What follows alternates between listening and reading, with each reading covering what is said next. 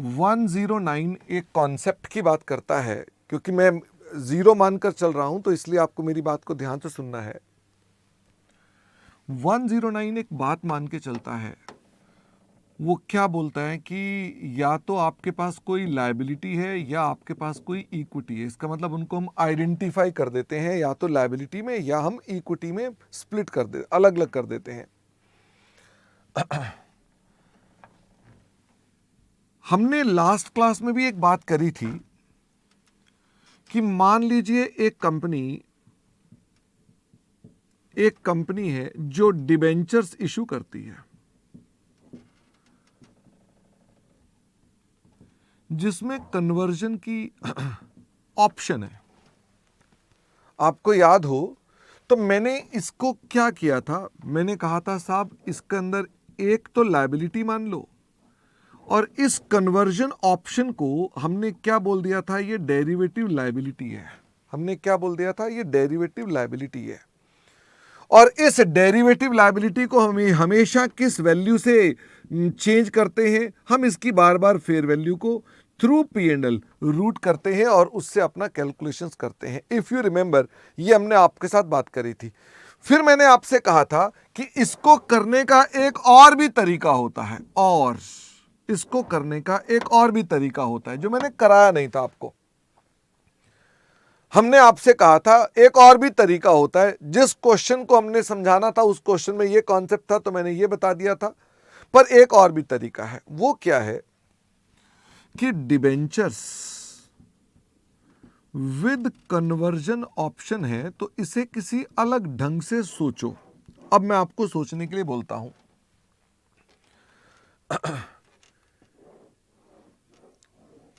ये मैं हूं, ये आप हैं।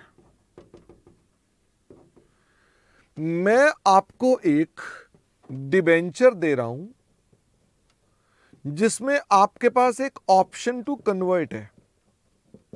आपके पास एक ऑप्शन टू कन्वर्ट है। मुझे यह बता दो, अगर डिबेंचर ना हो, मैं आपको केवल और केवल ऑप्शन टू कन्वर्ट मतलब ऑप्शन टू गेट शेयर्स ये दे दूं, तो एसएफएम में आप इसे क्या बोलते हो? एसएफएम में आप इसे क्या बोलते हो? मैं आपसे कह रहा हूं कि आप चाहें तो मुझसे शेयर ले सकते हैं। प्राइस तो मैंने आपसे आज ही ले लिया, 100 रुपीज। मैंने कहा इसके बदले में चाहो तो मुझसे शेयर ले लेना।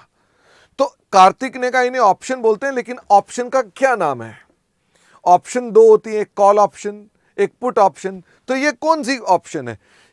आपके पास ऑप्शन है कि आप इस कॉन्ट्रैक्ट के बदले में शेयर ले सकते हो। तो ये क्या है? This is call option. You can get shares. आपका ऐसे कॉल ऑप्शन है।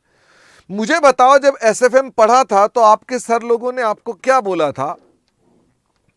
उन्होंने कहा था मैं जब भी आपको ऑप्शन देता हूं तो you are called the holder of option, and who is the writer of the option?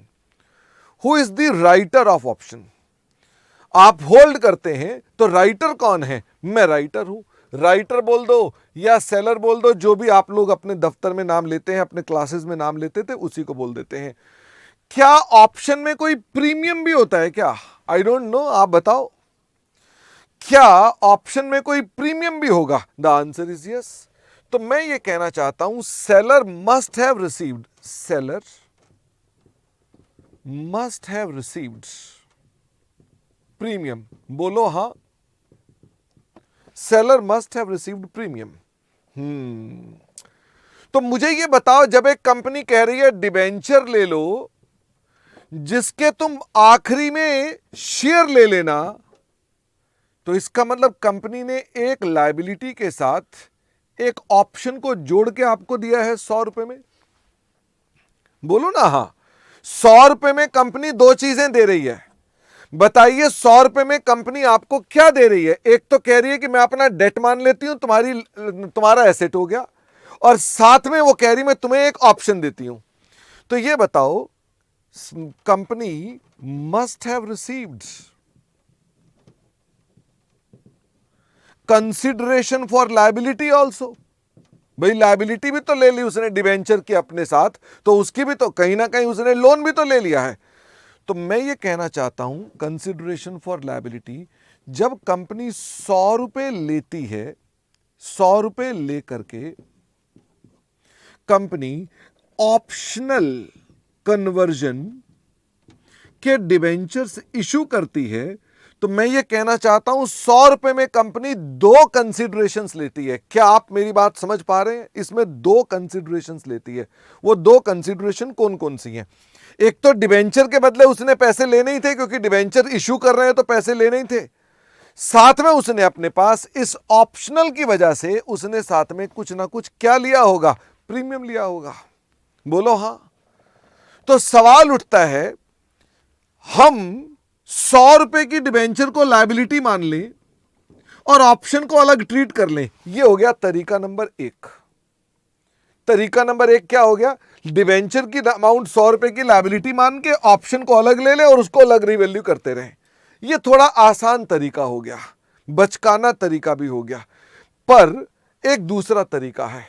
वो क्या है? हम 100 रुपए को स्प्लिट कर दें। लेट अस से 95 एंड 5, हम इसको स्प्लिट कर दें और हम प्रॉपरली इसे प्रीमियम मान करके इसके अकॉर्डिंगली काम करें कि हमने 5 रुपए का प्रीमियम लिया है। और ध्यान देना, अगर प्रीमियम लिया है तो प्रीमियम रिफंड नहीं होता। हां, लॉस को पे करना पड़ता है हमको, लेकिन प्रीमियम रिफंड नहीं होता। Premium is not your liability, premium is your equity. 95 is your liability. क्या आपको दूसरी थॉट समझ में आ रही है?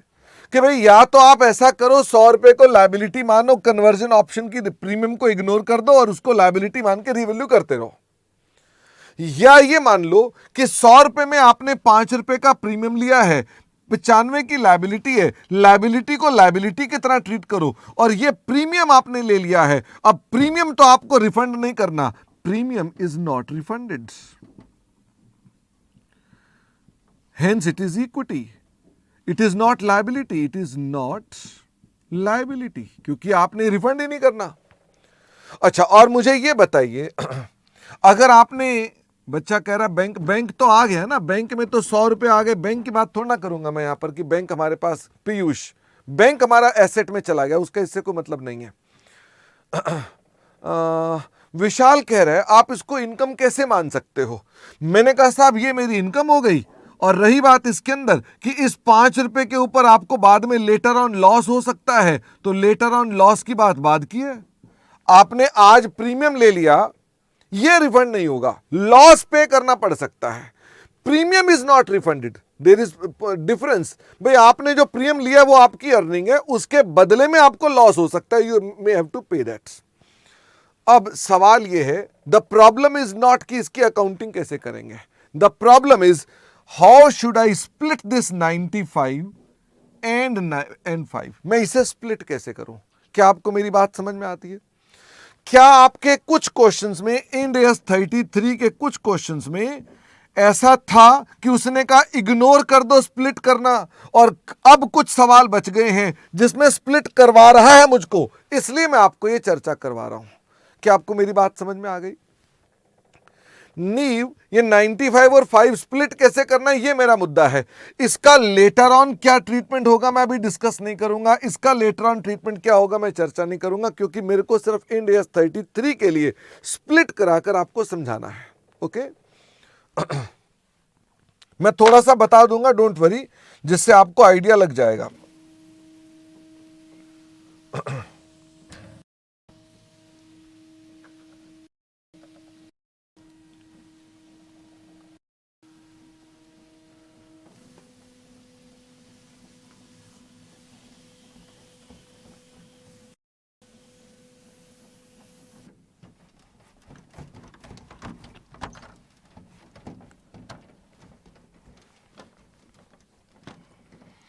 आइए मेरे साथ साथ, सिर्फ एक एग्जाम्पल के रूप में मैं डिस्कस कर रहा हूं आपके साथ कि मान लो एक कंपनी इशू करती है 9% convertible debentures, ₹1 lakh, which will be converted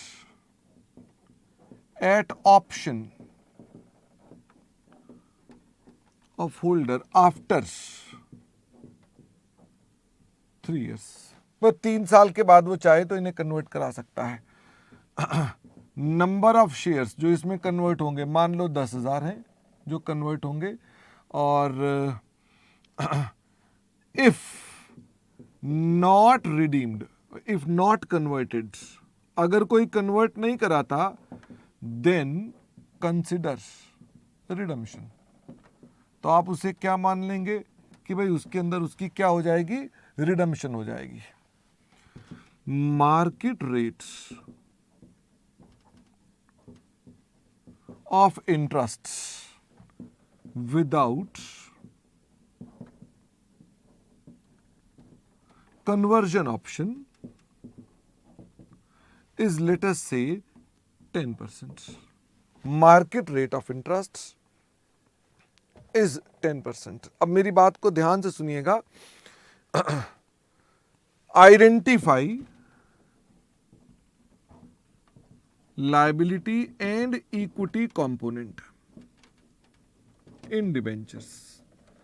debenture में लायबिलिटी और इक्विटी कंपोनेंट को देखेंगे। सम्यक मेरी बात को भी, अगर आपको लगता होगा कि हाँ मुश्किल चल रहा है, तो मैं वीडियो बन रहा है, इसको आप बाद में देख लेना। जब इंडेक्स 109 कर लोगे तो आपके 109 में तो ये 20 सवाल आएंगे, ठीक है ना। तो इसलिए आप अभी रोक सकते हो, और अगर अदरवाइज ट्राई कर रहे हैं और आप समझ रहे हैं तो मुझे कोई दिक्कत नहीं है, आप समझ लीजिए, मुश्किल नहीं है। अब मैं फिर से इसको स्प्लिट करने के लिए बात बोलूंगा, अगर आप तैयार हैं तो बताएं। स्प्लिट करने के लिए मैं स्टार्टिंग कर रहा हूं, तो आई नीड योर अटेंशन, क्योंकि मेरे को स्प्लिट करवाना है आपको, सिर्फ स्प्लिट ही सिखाना है और कुछ नहीं सिखाना मुझको।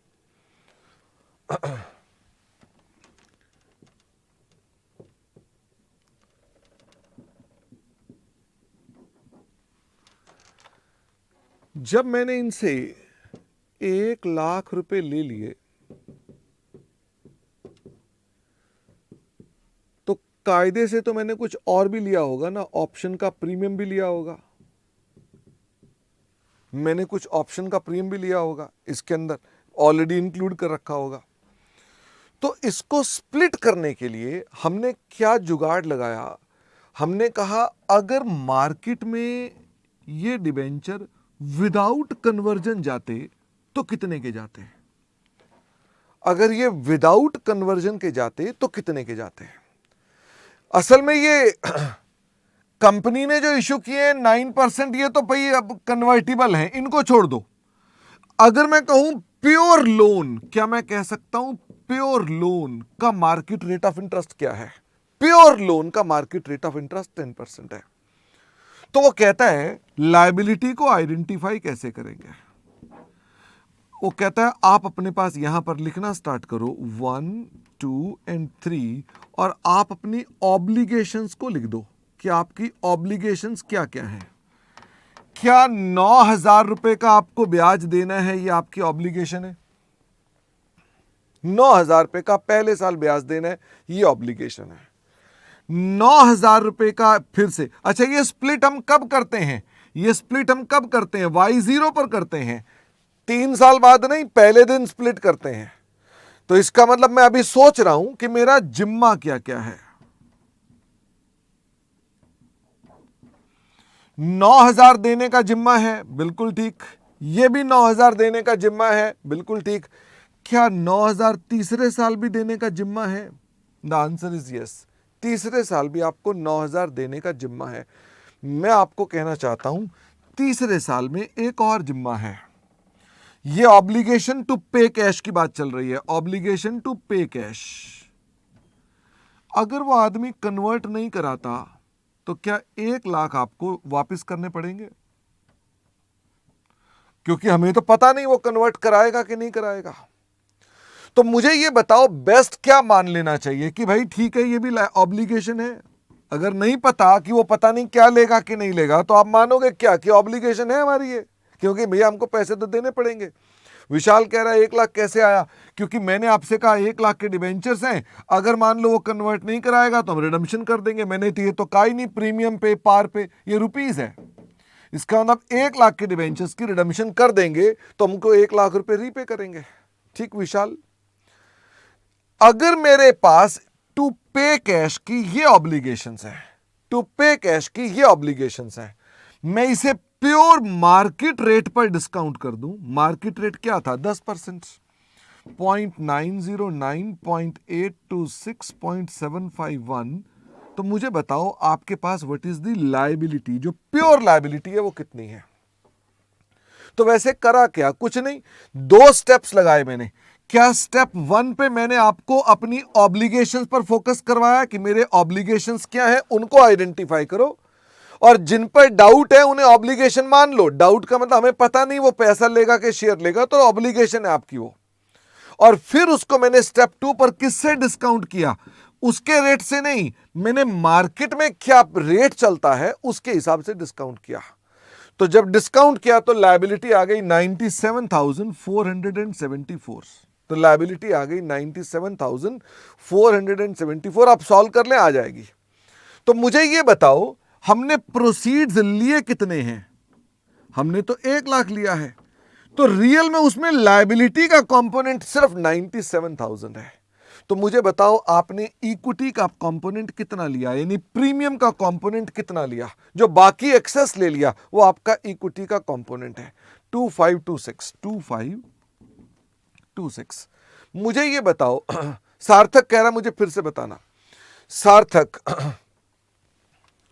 मैं आपसे एक बात कहना चाहता हूं, मैं आपसे कह रहा हूं सार्थक, मुझे आप फीस पे कर दो 10,000 रुपए की, और मैं आपको पढ़ाऊंगा भी, और 3 साल बाद मैं आपको 6,000 रुपए कैश भी लौटा दूंगा। मैं आपको 3 साल बाद 6,000 रुपए कैश लौटा दूंगा।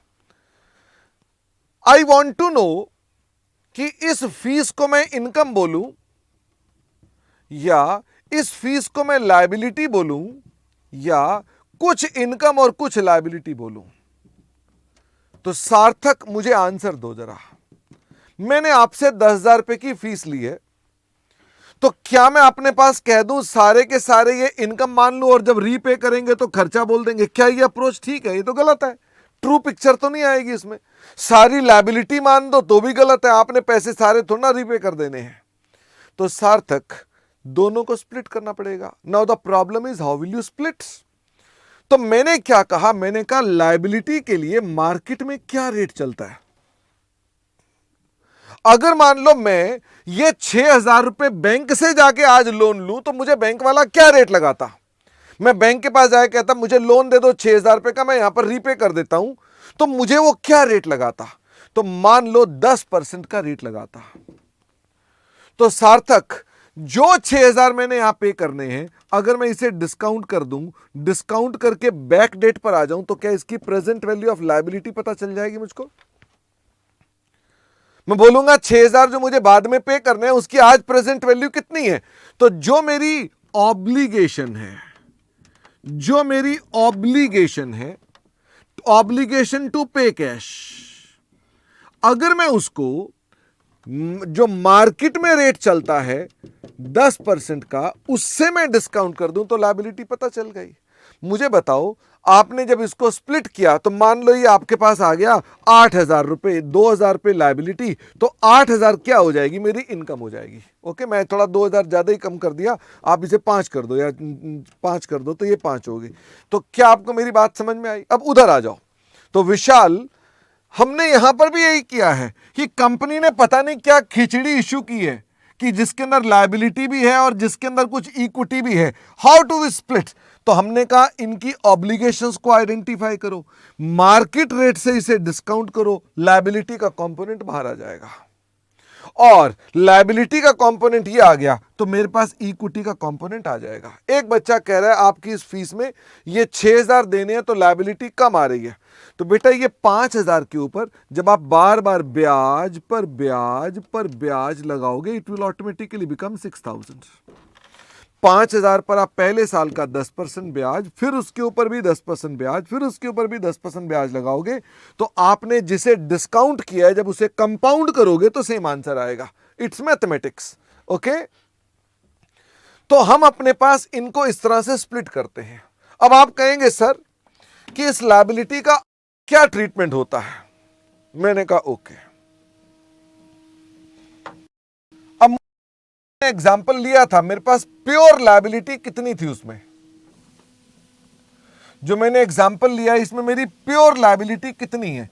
प्योर लायबिलिटी है 97,474, ये मेरी प्योर लायबिलिटी है। तो अब मैंने दो लेजर बना दिए अलग अलग। मैंने डिबेंचर की लायबिलिटी अकाउंट अलग बना दिया और डिबेंचर का इक्विटी अकाउंट अलग बना दिया। तो मुझे बताओ, मेरे बैंक में 2526 इसके आए हैं और मेरे बैंक में 97,474 अलग आए हैं। एग्रीड? अब मैं क्या करूंगा, फिर से ये बेटा डिस्काउंटेड वैल्यू है तो क्या करूंगा, कंपाउंड करूंगा ना मैं। तो मुझे बताओ इंटरेस्ट मैं किस रेट से लगाऊंगा? जितने से डिस्काउंट करते हो उतने से ही कंपाउंड करोगे तो बात बनेगी। मुझे बताइए कितना रेट हो गया? 9747, ठीक है, 9747। इसका मतलब सॉरी गलत हो, यही आएगा 9747, बच्चे ने गलत निकाला है शायद। 10% यही तो आएगा ना, 10%, 9747। अब मुझे ये बताओ, ये लो 97,474 का 10%, ये मार्केट रेट है। अब मुझे बताओ, हमने कुछ ऑब्लिगेशन थी तो क्या वो पे कर दी होगी? हाँ, बैलेंस सीडी बताओ कितने का आ गया? Find out your balance CD. Raghav, 9% is the interest rate which is not true. हम ट्रू काम कर रहे हैं ना, लायबिलिटी भी मैंने ट्रू लिखी है और इंटरेस्ट भी मैंने ट्रू लिखा है और ये मेरी ऑब्लिगेशन थी, मैंने पे कर दिया 98,221। तो राघव अब जमाना 9% का नहीं रहेगा, ट्रू चीजों का रहेगा और 9,000 आपकी सिर्फ ऑब्लिगेशंस हैं जो आप पूरी करोगे। अगले साल 98,221, मुझे बताओ अगले साल का भी 10% इंटरेस्ट, ये हो गया 9822। और क्या मेरी कोई ऑब्लिगेशंस है? The answer is yes. मुझे बताओ इधर बैलेंस कितना हो जाएगा? इधर मेरे पास बैलेंस कितना हो जाएगा? This is equal to 99,044, 99,044। अगले साल के अंदर 99,044 फिर से आ जाएगा।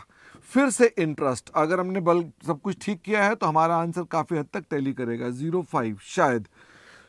क्या मैं बैंक से 9,000 तो पक्का दूंगा? 9,000 तो पक्का दूंगा। हो सकता है वो मुझे कहे भाई साहब मुझे तो पैसे दे दो, क्योंकि उसके पास चॉइस है, तो मैं 1,00,000 रुपए पे करूंगा तो ये टैली कर जाएगा। Rounding off error excused. तो राउंडिंग ऑफ एरर में कितनी एरर आ रही है? शायद 50 रुपए या 51 रुपए का डिफरेंस आ रहा है। 51 रुपए को छोड़ दो। तो क्या ये बैंक से भी पे हो सकता है? और अगर उसने कहा नहीं नहीं मेरे को तो शेयर ही लेने हैं, तो मैं इसे कहां डाल दूंगा? डिबेंचर इक्विटी में डाल दूंगा और इक्विटी में डालकर मैं यहां लिख दूंगा टू शेयर कैपिटल। ये 3 साल तक खाता ऐसे चलता रहेगा और आखिरी में शेयर कैपिटल बन जाएगी। तो ये जो बच्चे जानना चाहते थे हाँ, तान्या कह रहा है सर 9% ट्रू क्यों नहीं है? वो बताइए तान्या, बात को ध्यान से सुनना। अगर मैं कन्वर्जन की ऑप्शन नहीं देता तो मैं डिवेंचर किस भाव पर इशू करता? आराम से सोचो और दिल से जवाब देना। आप मेरे रिश्तेदार तो है नहीं है, बाजार में रेट चलता है 10%, तो मैं आपको 9% पे देता क्या? The answer is no. तो अब फील आनी चाहिए तान्या, पता क्या, मैं जो आपको 1% कम दे रहा हूं ना, यही मेरा ऑप्शन का प्रीमियम है। फील आनी चाहिए आपको। मैंने कहा अच्छा कन्वर्जन की ऑप्शन भी लेनी है और 10% भी ब्याज लेना है, क्यों? रिश्तेदारी है क्या? नहीं होगा। कन्वर्जन की ऑप्शन लेनी है तो 9% दूंगा, लेना है तो बताओ आपको क्या लगता है? आपको लगता है हाँ चलो ठीक है 10% की जगह 9 है, लेकिन ऑप्शन भी तो मिल रही है। इसका मतलब 9% इज द बायस्ड रेट, इसलिए वो ट्रू रेट नहीं होता। You are getting my point? इसका मतलब हम अपने पास इस तरह से काम करते हैं। अच्छा, राघव ने कहा अगर कैश में पे होता तो फिर ये कहां जाता? तो ये बैंक में आ जाता और ये हमारे पास इक्विटी में ट्रांसफर हो जाता, यानी कि ये हमारे पास सोकी के अंदर अदर कंपोनेंट्स ऑफ इक्विटी यानी कि रिटेन्ड अर्निंग में चला जाता, ट्रांसफर हो जाता। Okay, but anyway we are not discussing this points. मैं आपको स्प्लिट करना सिखाना चाहता था। अगर स्प्लिट करना आपको आ गया है तो मुझे बताइए क्या मैं आगे चल सकता हूं? अब दो क्वेश्चंस हैं मुझे जहां पर मुझे स्प्लिट करने की आवश्यकता पड़ेगी भी। एक है क्वेश्चन मिल गया जी, क्वेश्चन नंबर 27 दिखाओ जी।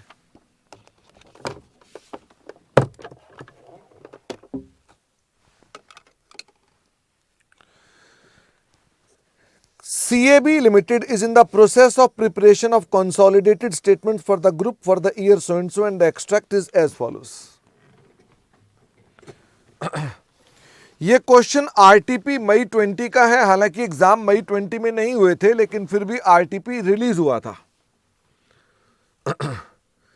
Profit for the year is 39,000, non controlling interest is 3,000, total is 42,000। वैसे आप कंसोलिडेशन के लिए काम कर रहे हो, मुझे फटाफट से बताओ, अगर कंसोलिडेशन में काम करते हो तो अर्निंग्स एट्रीब्यूटेबल कौन सी देखते हो?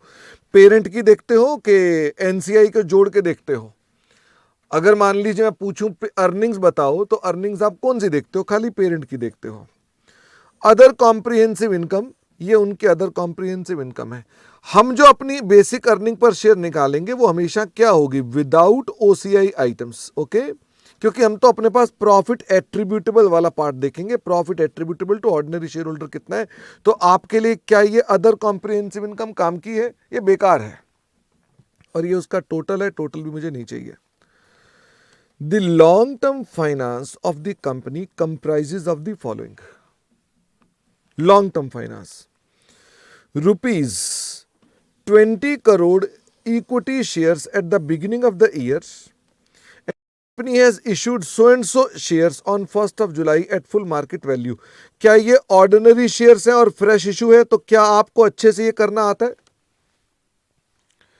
क्या ये ऑर्डिनरी शेयर्स हैं और फ्रेश इशू है? तो इसमें कोई प्रॉब्लम नहीं आनी चाहिए। फिर 800 lakhs irredeemable preference shares. These shares were in issue for whole of the year ended so and so, and the dividend on these preference shares is discretionary. मतलब कंपनी दे या ना दे, कंपनी की चॉइस है। Okay, तो एक बात बताओ, अगर डिविडेंड डिस्क्रिशनरी है, नॉन क्यूमुलेटिव है, तो आप इसे डिविडेंड को कब कंसिडर करेंगे? तभी कंसिडर करेंगे अगर मान लीजिए हमारे को वो डिक्लेयर बताता है तो। ओके, फिर वो कहता है 18 करोड़ 6% कन्वर्टिबल प्रेफरेंस शेयर्स। अब मुझे फटाफट से बताइए, issued on 1 April and repayable on 31 March at par. ये कन्वर्टिबल डिवेंचर्स हैं, मुझे फटाफट से बताइए कन्वर्टिबल डिवेंचर्स हैं, तो क्या करेंगे इसके अंदर?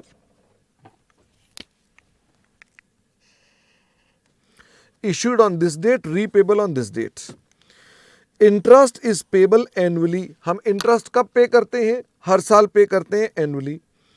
As an alternative to repayment at pars, the holder on maturity can elect to exchange their convertible debentures for 10 crore ordinary shares in the company. क्या कहना चाहता है? क्या हमारे पास ये कन्वर्ट भी हो सकते हैं? द आंसर इज यस, ये कन्वर्ट भी हो सकते हैं। On 1st April, the prevailing market interest rate for 4 years conversion debenture which had no right of comparison was 8%. ये क्या बता दिया उसने? ये उसने आपको ट्रू रेट बता दिया। उसने क्या बता दिया? ये ट्रू रेट बता दिया। Using an annual discount rate of 8%, the present value of so and so is 0.74 and the present value is so and so. ये तो present value table बता दिया उसने। On 31st of March 2003, CAB Limited declared an ordinary dividend of 10 paisa per share and dividend of 5 पैसा per share on irredeemable preference share। मैंने ऊपर कहा था ये डिविडेंड को मत लो, लेकिन अब उसने डिक्लेयर कर दिया, तो अब लेना पड़ेगा कि नहीं? क्या अब डिविडेंड लेना पड़ेगा? द आंसर इज यस, अब लेना पड़ेगा। तो मुझे बताओ, जो ये इररिडीमेबल प्रेफरेंस शेयर है, क्या ये पीओएस है? ये तो नॉर्मल प्रेफरेंस शेयर है बस। दीज आर नॉट पीओएस, क्योंकि ये तो कन्वर्ट होने नहीं है। इसका मतलब ये तो खाली खाली प्रेफरेंस शेयर्स हैं, इसका और कोई यूज नहीं है। दूसरी बात, कन्वर्टिबल डिवेंचर हैं जो कन्वर्ट हो भी सकते हैं, नहीं भी हो सकते हैं। क्या ये पॉस है? क्योंकि इसमें कन्वर्जन की ऑप्शन लगी हुई है, तो इसका मतलब ये तो पीओएस है। अब वो हमें क्या कहना चाहता है? कह रहा है compute the finance cost of convertible debenture and it's closing balance on 31 मार्च। तो ये आपका 109 का क्वेश्चन हो गया, क्योंकि इसमें कहीं आपको अर्निंग पर शेयर नहीं मांग रहा। कह रहा फाइनेंस कॉस्ट बताओ 2003 के लिए। ये मैंने आपको सिखा रखी है कैसे निकालनी है। मुझे फटाफट से बताओ हम कैसे निकालेंगे। अगर मैं आपसे इसके अंदर पूछ रहा हूं कि इसके अंदर फाइनेंस कॉस्ट बताओ, तो क्या मैं इसमें पहले अपनी सारी ऑब्लिगेशंस ढूंढूंगा कि मेरी ऑब्लिगेशंस क्या क्या हैं? फटाफट से बताओ। क्या मैं इधर अपनी सारी ऑब्लिगेशंस ढूंढूंगा कि मेरी ऑब्लिगेशंस है? उत्कर्ष कह रहा है इररिडीमेबल तो लायबिलिटी है बेटा, रिडीम ही नहीं करने, how it is liability? Redeemable liability होती ना।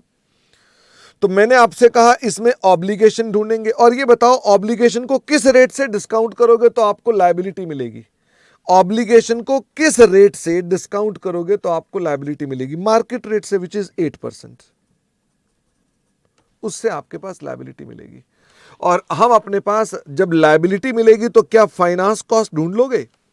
जैसे मैं अभी कर रहा था, तो क्या फाइनेंस कॉस्ट ढूंढ लोगे? तो उसने कहा था फाइनेंस कॉस्ट निकालो। तो ये एक पार्ट है, इसकी वजह से ये क्वेश्चन रुकवाया जा रहा था। तो आई नाउ बिलीव कि आपको मैंने उतना सिखा दिया तो इतना काम आप कर सकते हैं। फिर कहता है basic and diluted earning per share for the year so and so, assume that income tax is applicable. ये इनकम टैक्स आपको दिया हुआ है इज 25%। बोलो जी, शुरू कर दें क्या क्वेश्चन को करना?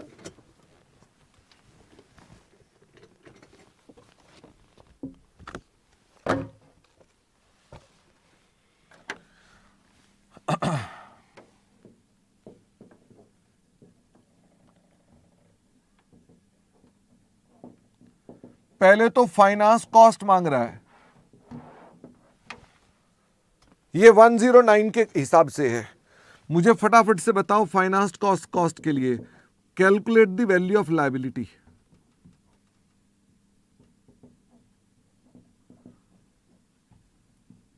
आपकी ऑब्लिगेशंस कौन कौन सी हैं?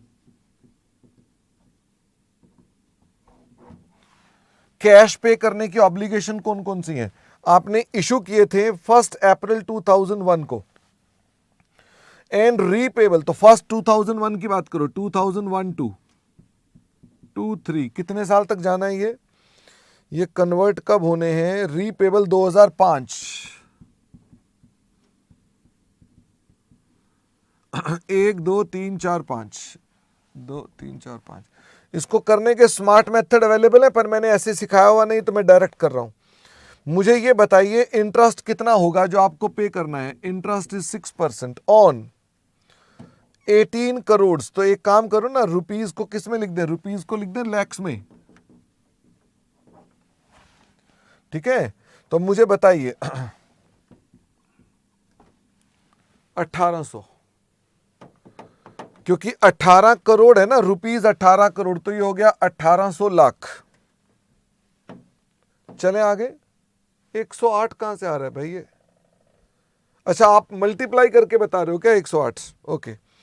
अब मुझे बताइए रीपेबल एट पार, तो हर साल तो यही आएगा। This is 108 108 108 108। क्या आपको ऑप्शनली कन्वर्टेबल है तो क्या इसमें ऑब्लिगेशन बनानी पड़ेगी?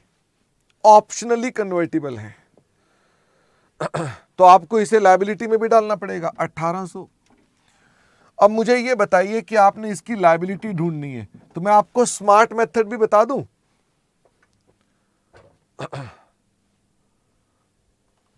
नहीं, तान्या उस तरह नहीं कर पाएंगे, बाकी आपकी क्वेरी का आंसर 109 में मिलेगा। 108 को जो आपका मार्केट रेट है, मार्केट रेट कितना है? 8%। मुझे बताओ 108 को क्यूमुलेटिव वैल्यू फॉर 4 ईयर्स 3.31, क्या ऐसे चलेगा? और ये वाले जो 1800 हैं, ये कौन सा फैक्टर ले लोगे? 0.74। आई बिलीव कि आप मेरी बात को समझ गए हैं कि जो मैंने किया है।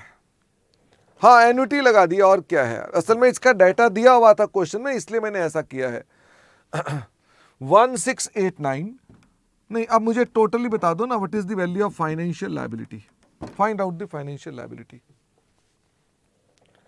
अच्छा कार्तिक वो कह रहे हैं यही है 1689.48। अगर ये फाइनेंशियल लायबिलिटी है तो आप फाइनेंस कॉस्ट बता दो। फाइनेंशियल लायबिलिटी है बाय बैंक। आप टेबुलेशन से भी कर सकते हैं, क्योंकि मैं अब चाहता नहीं कि आप कंफ्यूज हो जाएं। प्रेजेंटेशन में है वही है, आप इस पर ब्याज निकालने को बोल रहे हैं, ठीक है, तो आप डायरेक्ट भी ब्याज निकाल कर दिखा सकते हैं। मुझे बताओ ब्याज किस रेट से लगाओगे? मार्केट रेट से। 8% ऑफ 1689.48, 110.52। क्या कोई ऑब्लिगेशन पहले साल में पे हो जाएगी? 108। बैलेंस सीडी बताओ। कार्तिक कह रहा है 135 आ रही है। चेक कर लो भाई 135 है कि क्या है। अच्छा बच्चा कह रहा है 110 इक्विटी है। ओके तो दिस मैंने गलत लिख दिया इसको, वो कह रहे हैं वो इक्विटी बोली थी, तो 135.15 है। 135.15। अब मुझे बैलेंस सीडी बता दो। This plus this minus this,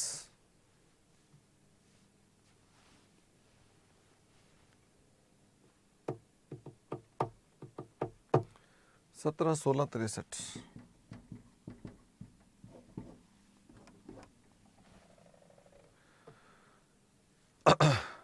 this is for the years 1 2।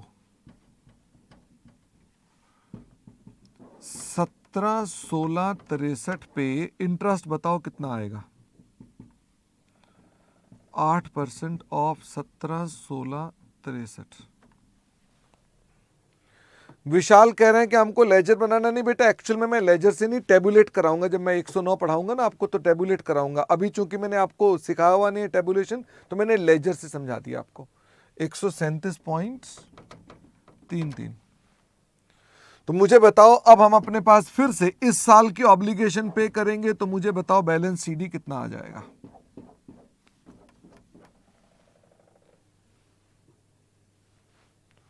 1745.96। 1745.96। Question का पहला पार्ट था क्या? क्वेश्चन का पहला पार्ट ये था कि फाइनेंस कॉस्ट बताओ फॉर 2 3।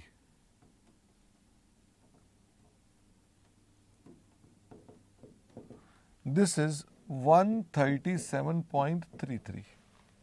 पहला पार्ट कंप्लीट हो गया। जैसे इन्होंने टेबुलेट कर रखा है ना, हम भी ऐसे टेबुलेट करेंगे बाद में। क्या दूसरा पार्ट अर्निंग पर शेयर का है? मैं स्टार्ट कर दूं अर्निंग पर शेयर वाली बात भी करना।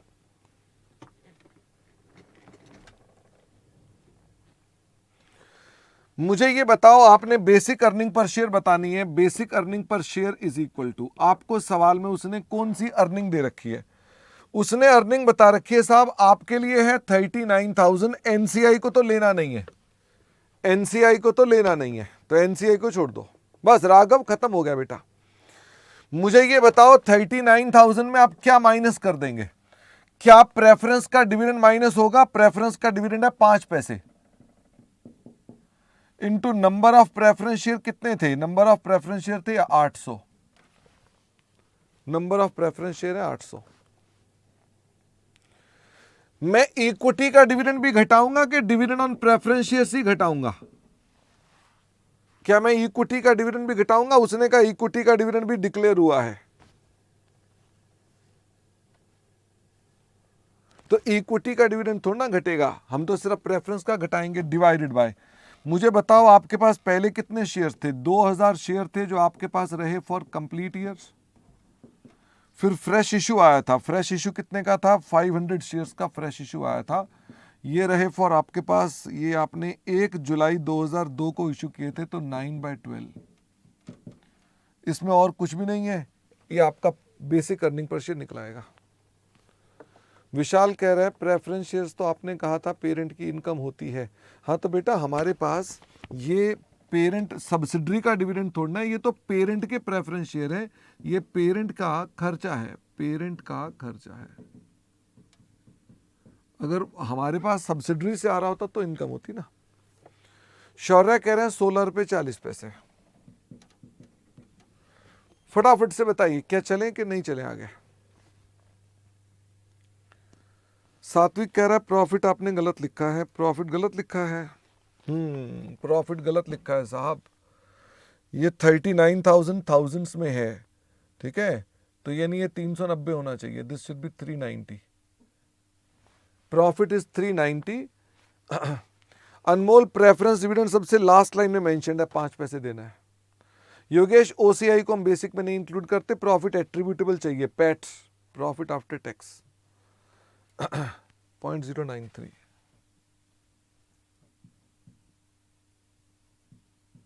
चेक कर लीजिए एक बार। अब मुझे बताओ डाइल्यूटेड अर्निंग पर शेयर ढूंढनी है, डीईपीएस। न्यूमरेटर की वैल्यू बता दो कितनी आती है।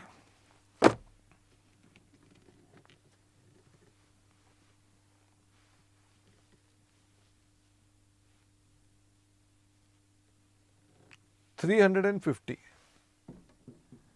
डिनोमिनेटर की वैल्यू बताओ कितनी आ रही है। डिनोमिनेटर 3750।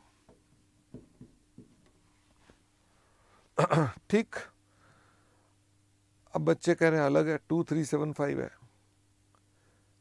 पीयूष कह रहा है बेसिक अर्निंग पर शेयर की कैलकुलेशन मिस्टेक है। बता दो भाई, ये पहले चेक कर लो। विशाल भी कह रहा है ये कैलकुलेशन मिस्टेक है। पहले चेक कर लीजिए आराम से, फिर मुझे बताइए, कोई जल्दी नहीं है, अपना आराम से चेक कर लीजिए। मैं भी निकाल लेता हूं साथ में। 800 का इंटू 0.05 ये हो गया 40, तो ये 350 ठीक है। 500 का इंटू 9/12 इज इक्वल टू 375, तो ये हो गया गलत, 2375। 350/2375 0.147। अब मुझे बताओ डाइल्यूटेड के अंदर आपको क्या करना पड़ेगा, आपको इसमें पोटेंशियल शेयर्स को जोड़ना पड़ेगा। अब मुझे बताओ इस सवाल में पोटेंशियल शेयर्स कौन से हैं। क्या पोटेंशियल ऑर्डिनरी शेयर में जो इररिडीमेबल प्रेफरेंस शेयर कैपिटल है, इट इज नॉट पॉस, क्योंकि आपने शेयर देने ही नहीं इसमें।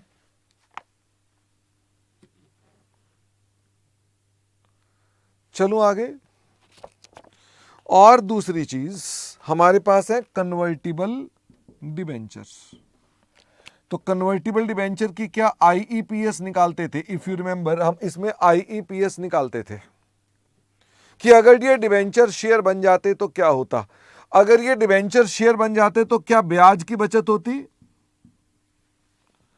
अगर ये डिबेंचर शेयर बन जाते तो क्या ब्याज की बचत होती। 2-3 वर्ष की बात कर रहा हूं ना, तो 2-3 का ब्याज लिखा मैंने। क्या इस पर हमारा टैक्स इफेक्ट भी आता। टैक्स इफेक्ट कितना है, टैक्स का रेट कहीं पढ़ा था हमने। टैक्स का रेट अगले पेज पे दिया हुआ है, तो दिस इज 75%।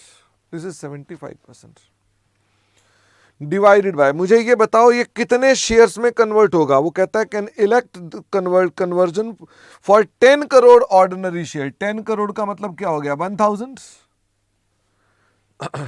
10 करोड़ का मतलब क्या हो गया। हाँ नमन, इंटरेस्ट भी ट्रू वाला आएगा, तुम्हारी बुक्स में इंटरेस्ट ट्रू वाला होगा।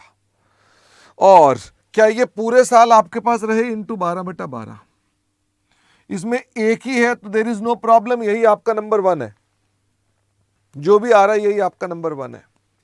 और मुझे भी ये बता दो कि इसमें न्यूमरेटर, डिनोमिनेटर और रेशियो में कोई डिसकंटिन्यूइंग तो है नहीं है। बेसिक अर्निंग पर शेयर का आप आंसर लिखो 350, 2375 और यह है 0.147। इसमें आपने जोड़ दिया प्लस डिबेंचर्स। बताना न्यूमरेटर क्या डिबेंचर्स का। 137.33 का 75%, 102.99, 102.99 और ये आ गया 1000। इसको सॉल्व कर लो, 452.99 शायद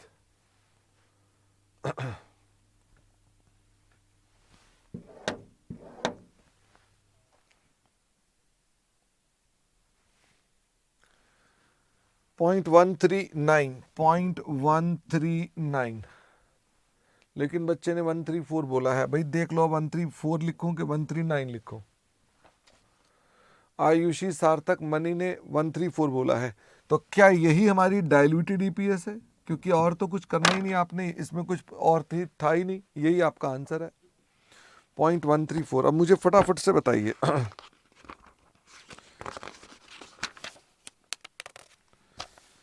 तो एक क्वेश्चन और है, वो कौन सा क्वेश्चन है? This is question 28।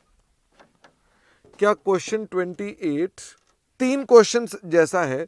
ये मैं होमवर्क में दे दूं करने के लिए आपको।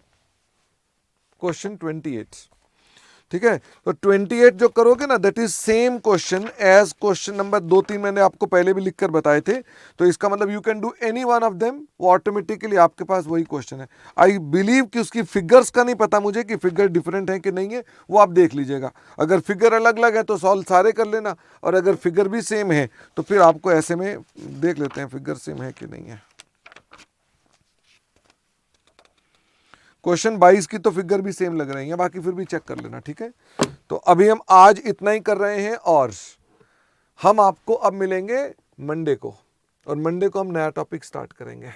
Thank you very much and bye bye.